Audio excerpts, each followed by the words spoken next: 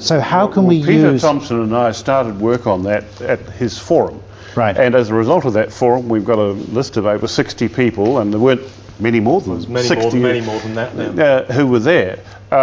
60 have already enlisted in the formation of a public media foundation, which is essentially driving towards the end of ensuring there is a continuing and sustained commitment to the delivery of public broadcasting services in the country.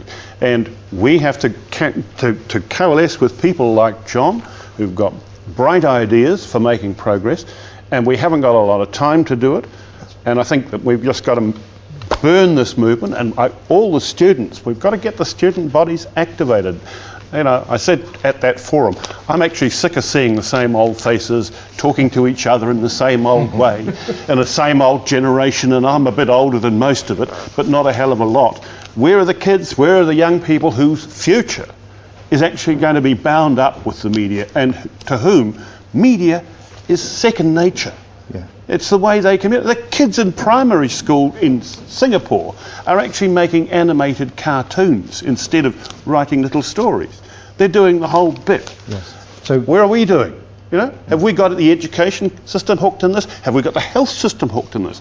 We're now going to have an examination of the plight of children in New Zealand. Well, one of the things that we know is that maybe some parenting skills will be needed. What medium would get that across? Television, because that's the medium of people who are at home with their children. Yeah. And that's where the revolution has to start. Any other ways to forward the revolution? I think most of the pieces are already there, and we've talked about them tonight. They need to be put in a coherent context. I think that context needs to include a public broadcaster, both on radio and television. Mm-hmm. Yeah.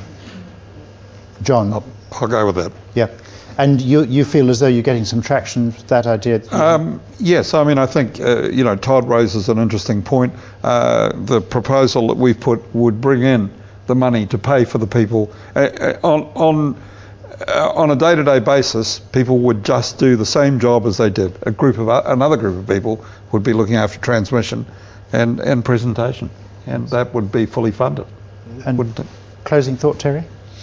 Oh, I'm sorry. No, that's quite right. Where we come from is the idea of giving people the tools and giving them the skills and actually inviting them to talk about the things that are important to them, because the programming on various other systems is for so many of them just not real or relevant. Yeah. So it's like, what do people want, and how can they make that happen, rather than us deciding what they want and making it for them.